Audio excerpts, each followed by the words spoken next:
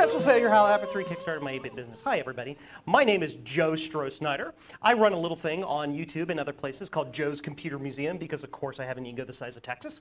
I'm an 80s kid and I love to play with old computers and share that love with the world. And of course, my favorite old computer is the Apple II. But we're here to talk about the Apple III, so we'll get into that in a minute. I was born in 1980.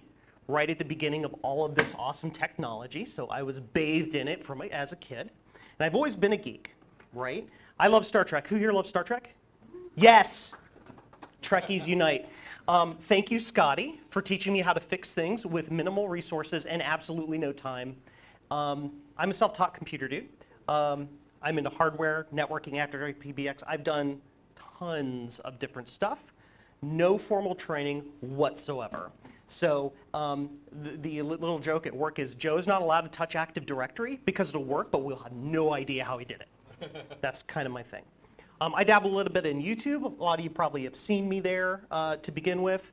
Joe's Computer Museum on YouTube if you want to watch my old videos. I haven't done one in a while. It's been a while. And 8-bit computers are my passion, as is for a lot of us. And if you want proof, that's my license plate. So, right? I was surprised I was able to get that. I tried to get 65CO2, but that wasn't available for some reason, but whatever. So I went with that, I'm like, yeah. So a little bit of backstory ever here as a beginning. My first experience with the 8-bit computers, it was the Apple II in elementary school, as a lot of us had, or maybe a little bit earlier than that. I loved the stupid thing. It's a great machine, Apple II forever. But I did not have my own computer growing up. We were a kind of, I don't want to say poor exactly.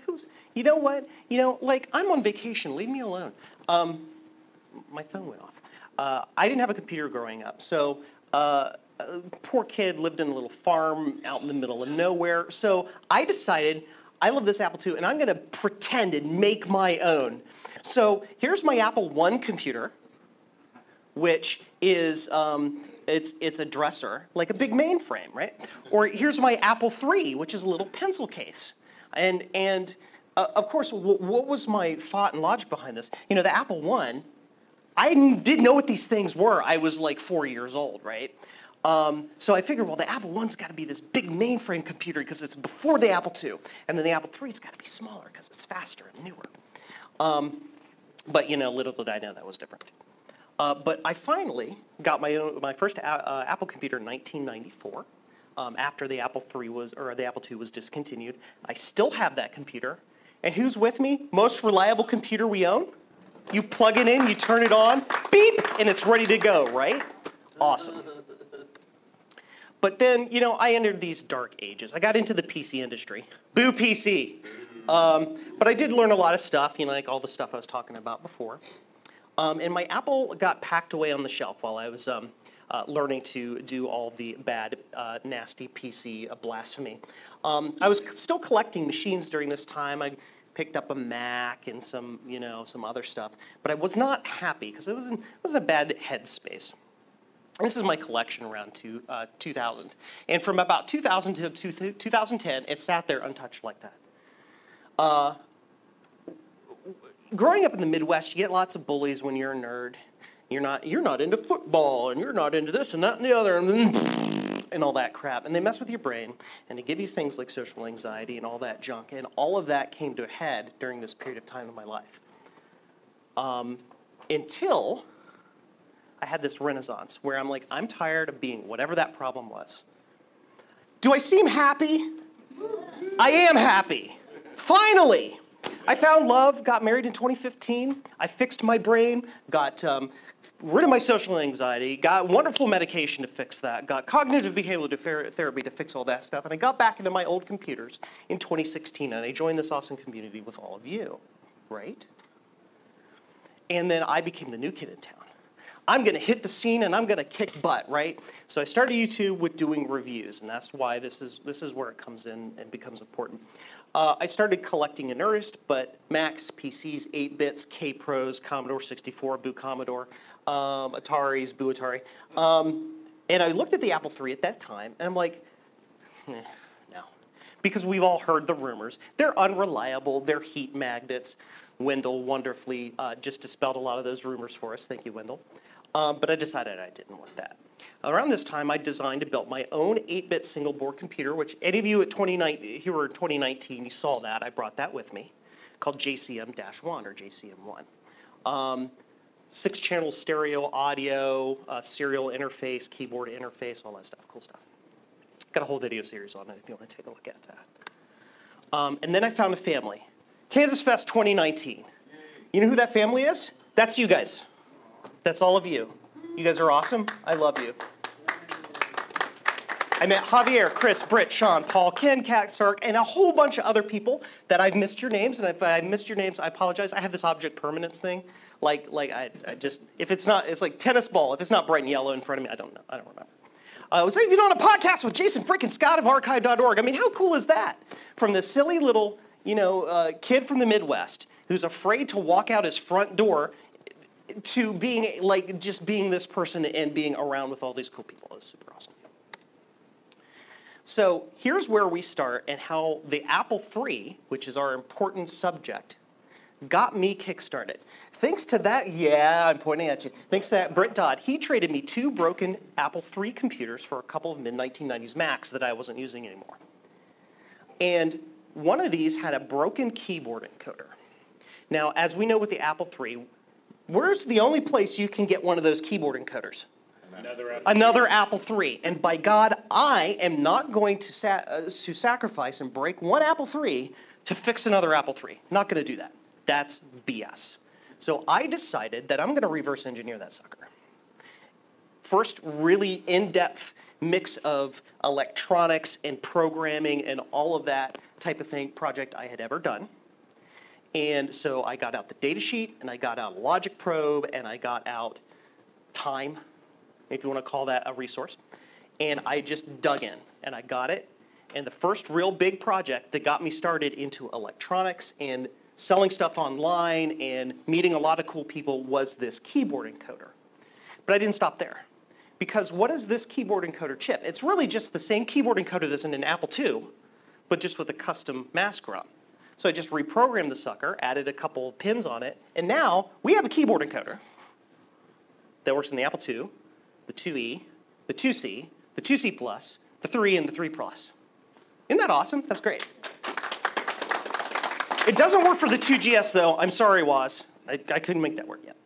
And so then I launched my website, JCM-1, not an advertisement, I'm just stating that, to offer them to the community.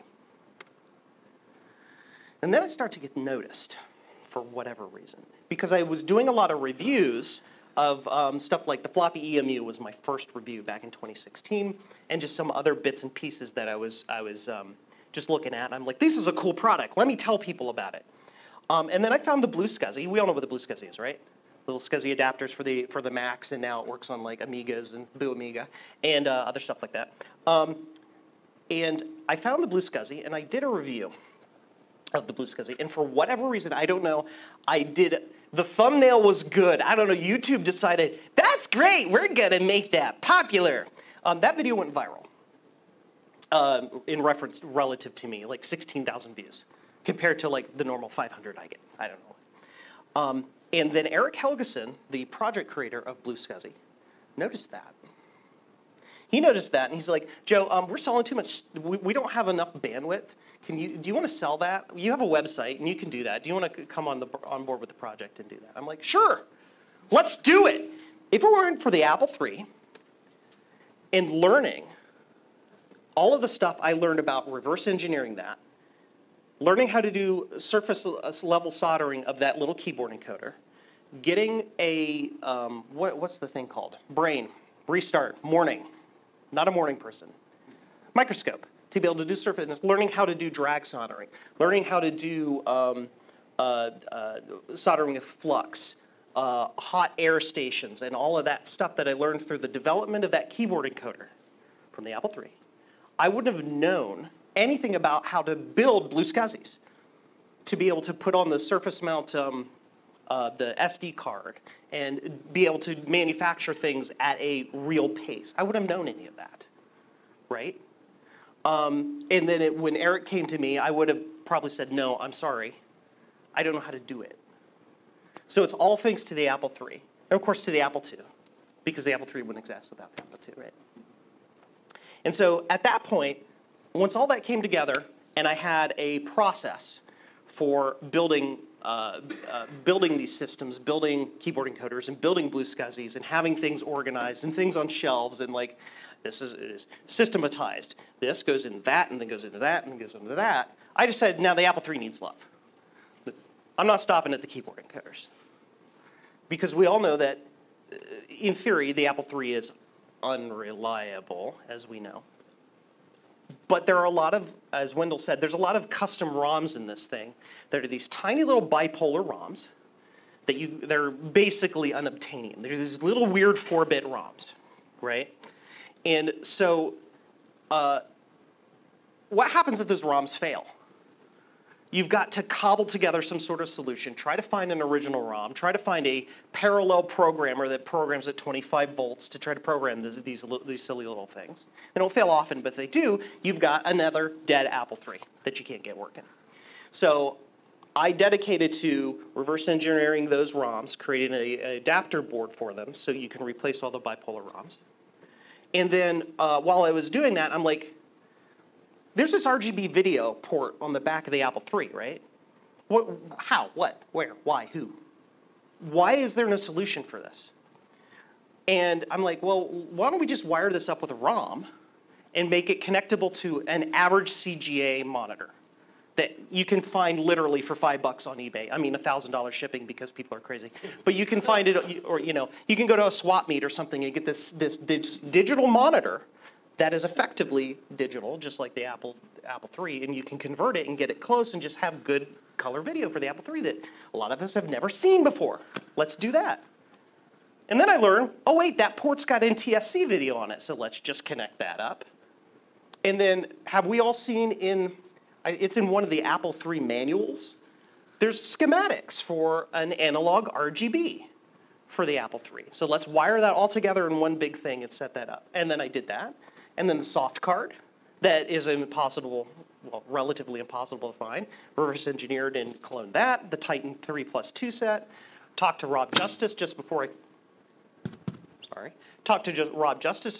came out here. Have you heard of the SOS HD boot? That now you can boot your Apple III directly to internal solid state. I'm like, hey, can I make that so people can have it? And he's like, sure. And so now I do that. And so now the Apple III has replacement parts and upgrades and all of this stuff. And the whole focus is to try to get it to where we can use this computer. This awesome machine that has full color video, has the interlace mode, it's got like, what's the term I'm looking for? Wavetable synthesis audio that you can do. We've run the confidence disc, right? It was like, I'm okay, system normal. Well, why don't we build some games that can do that? That would be great. Let's do that. But we got to have reliable machines that are easy to use to do that. So I've kind of built all these pieces so that people don't have to worry about these dying machines, these fragile keyboard encoders. Oh, what happens if this, whatever, blah, blah, blah, blah. So that is kind of what I focused on. The moral of Joe's story, though, is to keep going, and it gets better. If I hadn't have found this community, I wouldn't have had the, what do you want to call it, the motivation from people who accepted my nerdness for what it is, and my weird, some people have said, nose candy kind of levels of excitement, to keep going. And finally, never be afraid to break stuff. Do you have any idea how many keyboard encoder, what's the term, my prototypes I've destroyed trying to get it to work? Too many.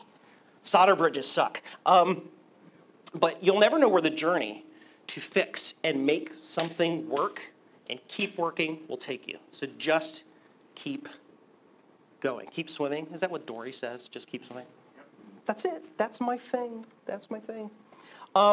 If you want to find me, because I'm awesome, of course, and have an ego the size of Texas, you can go to jcm-1.com and find stuff.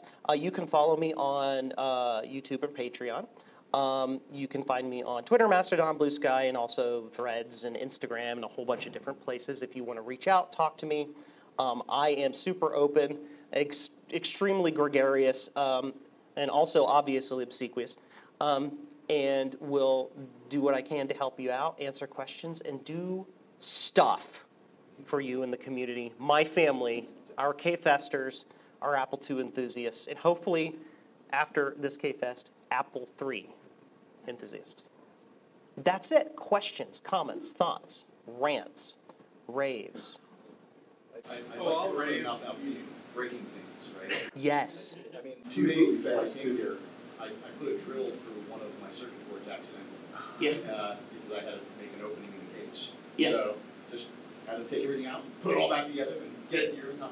So it's going to keep going. Yeah, you just never, ever give up. Yes, yes. Lots of pictures, scan things. And just remember that with the exception of the rare chips, it's just wires and chips and electrons. You can just bodge it back together and make it work. It's fine. It won't look pretty, but it'll work. What is the status on all the Apple III replacement parts that you're putting together, availability? 99% available. So I brought a lot of them with me. You probably saw them at the vendor fair. A lot of them I just did not have time to get them all done because there's 100 different things. But if you go to the website, you can see the status and stock availability of all the bipolar ROM replacements. The SOS HD ROM is on there, soft card, Titan sets, the RGB adapters and all this stuff. I have a question back here. And my final project that I'm working on, with help from some people here, is a replacement RAM board that doesn't use all that crap, well, I don't say crappy, but the dynamic RAM that the 4164s and stuff that will just randomly decide, I'm not working anymore. I'm shorting 5 volts to ground. I'm hot. I'm a heater now. We're going to replace all that with static RAM and maybe even do a 512 board at the same time and do all of that magic simultaneously. That's the next project, so it's really cool. Yep. I have a question in the back from Ron who looks like he's reaching for the sky. Long-time listener, first-time caller. I just wanted to, maybe, since you did not talk about it, give us like the elevator pitch for the Titan card. Yes. And how that kind of helps people with their Apple needs. Can you repeat the questions after? And actually, that's yes. Thank you. Thank you for reminding me. So, I forget that like I'm on microphone and you're not on microphone. So Ron has asked, he wants me to do a quick, the 60-second elevator pitch of the Titan card, what that is, and the what, why, where, when, and how. So for those who don't know what the Titan set is, Wendell actually talked about it a little bit briefly. What the Titan card set is a pair of cards that you put in an Apple III that removes all of the limitations of the Apple II for the 48K Apple II mode in the Apple III and gives you full 80-column graphics, or text, double high-res graphics, all of the color graphics modes. It also gives you 128K of RAM, and when you run something like MECC Computer Inspector, it just thinks it's an Apple IIe with 128K of RAM. It maps all of the ports to the external Apple port or the Apple III ports, like the serial port and all of that stuff. It fixes all of that, all of those shortcomings. Still has a couple of little glitches because the Apple III is, it's not perfect for emulating the Apple II. Little graphical things here and there. But the cool thing is you can make the Apple III into the most expensive Apple II that exists on Earth. It's great. Those are really rare and pretty much unobtainium. And Petr Puskaric, a lot of us probably know him from the Apple II enthusiast group on Facebook. He loaned me his set to destructively copy. Sorry, Petr, I have to fix it and return it to you. And I was able to clone those, provide those, and this awesome rare thing that fixes the Apple II mode in the Apple III is a doable thing now. It's actually pretty sweet. Yeah. Yep. Thoughts, questions? Talk about your color composite correction and how that. Oh yeah. So the Apple III. Wait, repeat the question. Yeah, I'm sorry. Well, I was about to do that. So he wanted me to mention, Steve here wanted me to mention correcting the composite video on the Apple III. And my little hackadoodle I did to do this. I did this literally 2 days before I left. So I don't have any parts with me other than my demo unit. So the Apple III it emulates the Apple II color modes fairly well.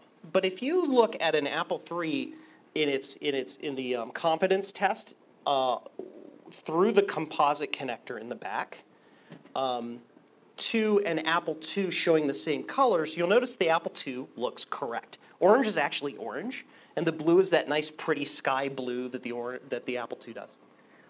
The other colors are like the green is a nice the dark bluish green, and the brown looks like Taco Bell. So on the Apple III, you'll see that the orange is like pink, and the blue is kind of greenish, and the green is kind of bluish. I have not dug into the deep details of why this happens yet, but I have a theory. So how can I explain it 10,000 feet? Do we all know how NTSC color video is generated? Do we have an idea? You've got you've got the color burst signal, and then depending on where the Apple II puts the pixels on the screen in relation to the phasing of that, that's what makes the colors. In the Apple III, it generates the color phase here, but the actual pixels are either early or late by, I think, like 1 7 megahertz clock or a 14. It's off just the tiniest bit of phase. And so what I did is there is one chip in the back of the machine. It's a 74LS11. What it does is it pulls in the color killer, the color burst signal, and the actual video signal and combines or the sync or something. It combines them to actually send them out. What I did is I intercepted the color phase and delayed it through a series of inverters to shift it forward, and it fixes the color problem on composite video. So it's just a one chip thing with a little replacement, and I have a couple jumpers so you can play around with the color phase if you want to shift it based on, if you don't want to play with the hue and tint on your TV. I guess that's what they wanted you to do. They wanted you to go to your TV and play with the knobs to make the color right, but then you go to watch Three's Company and Jack is like purple instead of like weird colored. But whatever. But this allows you to correct that right in the machine, and then you'll have to play with your TV. And a lot of us, of course, we have LCD TVs that you can't mess with that setting anymore anyway. So it's like, what's a knob? There's no button to do the thing, So, yeah. Anything else? Thoughts? Questions? If you want to play with that, I do have those on my website. So you can pick one up. They're like $5 or $10 or something like that. They're a tiny little chip. Yep. Cool. Thoughts, questions, comments, rants, raves, inputs? If you're running the Titan board, yes. Does it run at 1 megahertz in Apple? Yes. Okay. Yes. Yes. Mm-hmm. Yeah, basically it just clocks the whole machine down, just like an emulation mode, because it has to in order to synchronize everything. Yeah. Mm-hmm. Anything else? Hi, Joe. Yes. So, obviously, this is not a question you need to answer, but you talked about how wonderful this family is and how much impact it's had on your life. Yes. But you started the talk by saying before you ever came to KFest, you did a lot of work to improve yourself. Yes. What was the nudge you needed to do that? So if you didn't hear that, Ken was, saying, hey, you were in a bad spot before coming here and doing all that. What did you work on to get there? Well, or the nudge to get you over that. It's hard to say, and everybody's mental health journey is personal and different to some extent. Part of it was just, it's really hard to explain. It was a process. It wasn't any one specific thing that was like, I'm gonna fix myself. It was a series of day job was crap and making me feel like crap, and I was tired of feeling like that. Waking up in the morning full of anxiety just to live. It's like, I don't want to go to the grocery store and get muffins. And finally realizing that that's not, I don't want to say normal, but that's not a way one wants to live. To be afraid to look outside and say, that's a nice sunny day, I don't want to go out there. Well, it's Kansas, we don't want to go out there, but you know what I mean. It's a sunny day. Finding love in around 2000, then finally getting married in 2015, and realizing that there is somebody who wants to spend their life with me and loves me as I am, a messed up human being. Combined with some cognitive behavioral therapy, if you don't know what that is, thinking about how you think and thinking about how you feel actively and analyzing it from a non-emotional viewpoint. I was exposed to the concept somewhere in 2015, 2016, just incidentally, and I'm like, oh, so I do feel like crap. What can we do about that? And then finally talking to my doctor. Talk to your doctor today about it all. No, seriously. So I talked to him, I'm like, hey, I'm kind of depressed. I'm ill-motivated. I don't want to do things. And when I wake up in the morning, my heart rate is 160 for reasons I don't know. And he's like, here's some medication. Put this in you, brain better. And it worked. And all of those things together made it to where I got to the point to where I wanted to start doing YouTube, wanted to start hanging out with my friends, wanted to actually join social media, even though it is a garbage fire. We realize that. And then wanting to come to Kansas Fest and meet people in person and not be afraid of like all you awesome folks. My second family, my 8-bit family. So it was a journey. It wasn't one specific thing. It was a series of, oh, that's wrong. Oh, I can fix that. Oh, yay! So, yeah. And again, as I was saying, it gets better. If you yourself are suffering from any of that kind of stuff, there's help out there. You start with your doctor. You start with your friends. You start with your people you can trust and confide in and say, hey, I'm not right. Something is missing here. Maybe there's something I can do to make that better and get in a better headspace. And you'll find by reaching out that people actually aren't scary. Well, some people are. Those people can go away. They can go over there. But that a lot of times, just even random people will be willing to help you out. Just ask for help. I need help. And they'll help you out. And life will get better.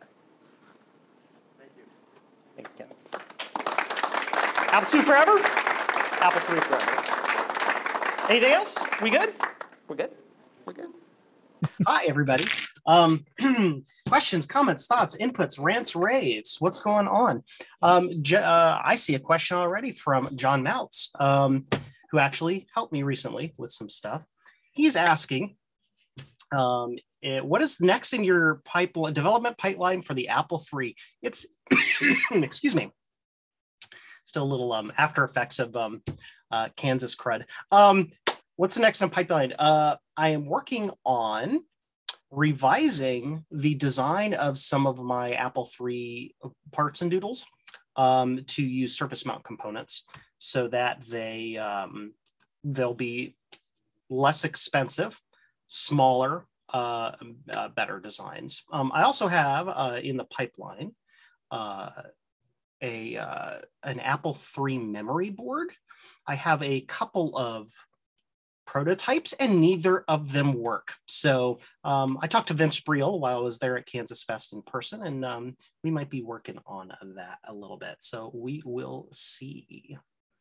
Other thoughts and questions, comments, rants, raves? I'm looking at the Discord and it's mostly just saying, hi, Joe, you're awesome. And I'm like, we know, but that's all good. I guess you could play it like Jeopardy and, pose your own question. Yeah. There's so much going on in Joe's world right now. Again, as you can say, and John, feeding the ego. Yeah, I'm talking about myself in the third person because I'm weird. Lots of little projects and stuff in the background and things that are all stemmed from being able to start with and play with these old computers. Again, just going back to the talk and being able to say that thanks everybody for being awesome to me so that I can be awesome back to you, basically. Joe, what is your honest opinion on Atari? You know what? Atari is really good. It honestly is. They had some advantages that Apple didn't, in addition to Commodore, with being able to do custom chips. basically, which allowed them to do color and stuff like that. But when you think about it, though, they wouldn't have even thought to do such things if the Apple hadn't been around to say, oh yeah, home computers, that's a viable market, and we can have color and we can have sound, that the other of the time period, the PET and the TRS-80 didn't have. So Apple III kind of really, or the Apple II really kind of showed people about that. People are just saying, love my presentation, thank you. Petar Puskarich is saying in the Discord, if I send a few more things to you, can you clone them? That's another thing I do a lot of. I've been doing cloning of items that are rare-ish that people want, like the Titan cards and the soft cards and things like that. Plans to create at some point in the future a card for the Apple IIc that incorporates literally everything you could think of on a single card. So like RAM and a Mockingbird and RGB and all of these cool things, a clock chip. So lots of cool stuff there. So we'll see what happens there. How easy is it to replace the caps lock key? I think those are kind of hard to find, short of rating another keyboard. That is exactly correct. The caps lock is a dual lock key. And it's in the Apple III, they're ALP switches for the most part. Replacing the switches themselves is really easy. The regular switches are just, you can get this from a Canadian company called Matthias, super cheaply. But the caps lock itself, because it's locking, is very difficult. Maybe in the future, I'm talking far future, it would be cool to redesign that keyboard, similar in the way that I worked with Mac Effects on their Apple IIc keyboard, to have that have caps lock be like a flip flop. It's a software based key, so you tap it and it turns it on. You tap it, it turns it off, or something like that. So soft toggle, exactly. Malfunct, exactly. If you go look at Mac Effects Apple IIc keyboard, Javier Rivera Plowman of A2 Heaven, myself, and Mark Josetis of Mac Effects worked together to design that to be all software driven with a little microcontroller, so that you don't need those physical clicky switches. You just tap it and it flip flops a state. A little LED underneath so you can see it. So I think that would be cool. Can you clone a power supply for my 2FX? No, I do not do analog work. Sorry, Hurricane. What is the rarest item in your collection? Are there any systems or items you've been searching for but never found? It's actually interesting. The rarest item in my collection is not Apple related at all. I've talked about it several times on my streams and stuff, but it's that NEC 8000A right back here. This stack of stuff right back there. So Paul's saying we should probably jump to the next talk pretty soon here. Absolutely, that is no problem. Thank you all for listening to me ramble on like an insane madman for however many minutes it's been. And remember, Apple II forever, Apple III ever, and let's keep making the magic happen. Love y'all. You're my friends. You're my family. Love you.